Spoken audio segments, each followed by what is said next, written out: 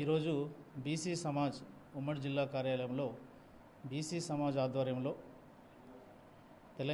Telangana reservation పితామహుడుగా భావిస్తున్న P Shivshankar గారి జన్మదిన వేడుకలను ఈరోజు ఘనంగా మేము జిల్లాలోని కుల సంఘ పెద్దల సమక్షంలో అందరం కలిసి ఘనంగా జరుపుకోవడం జరిగింది. ఆ మహనీయుని ఈరోజు స్మరించుకోవడం నిజంగా మేము అదృష్టంగా భావిస్తున్నాం. ఎందుకొరకంటే తెలంగాణ మన దేశానికి స్వాతంత్రం తర్వాత 20 సంవత్సరాల వరకు రిజర్వేషన్ పాలనను అడ్డుకున్న దాంట్లో ప్రధానంగా రెడ్లదే ఆధిపత్యం. దాంట్లో నీలం సంజీవరెడ్డి అనే ఒక రెడ్డి వర్గానికి చెందిన వాళ్ళు బీసీలకు రిజర్వేషన్ పాలన అందకుండా 20 నుంచి 25 సంవత్సరాల వరకు ఇబ్బంది పెట్టడం జరిగింది.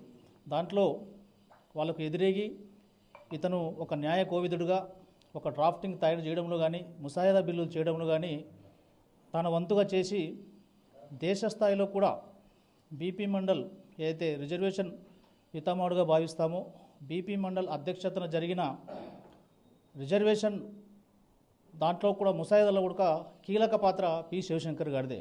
ఎందుకంటే అతను న్యాయకోవిదుడు కాబట్టి భవిష్యత్తులో ఆ బిల్లును ముందుకు వెళ్లకుండా ఆ కాలంలోనే పార్టీలోని రెడ్లందరూ నీలం సంజీవరెడ్డితో పాటు మిగతా రెడ్లందరూ కుట్రపూరితంగా వివరించి ఆ బిల్లును మధ్యలోనే తుంచివేసేందుకు చాలా రకాలుగా ప్రయత్నాలు చేశారు.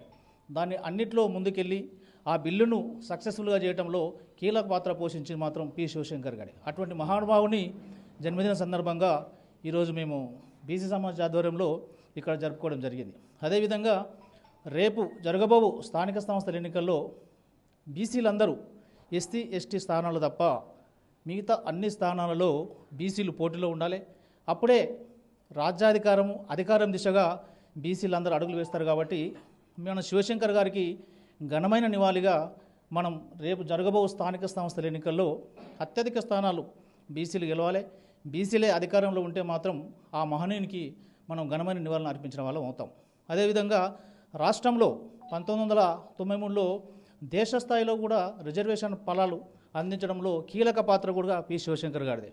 అటువంటి మహానుభావుని జన్మదిన వేడుకలు ఈరోజు బీసీ సమాజ్ ఆధ్వర్యంలో కుల సంఘ పెద్దల సమక్షంలో జరుపుకోవడం మేము అదృష్టంగా భావిస్తున్నాను.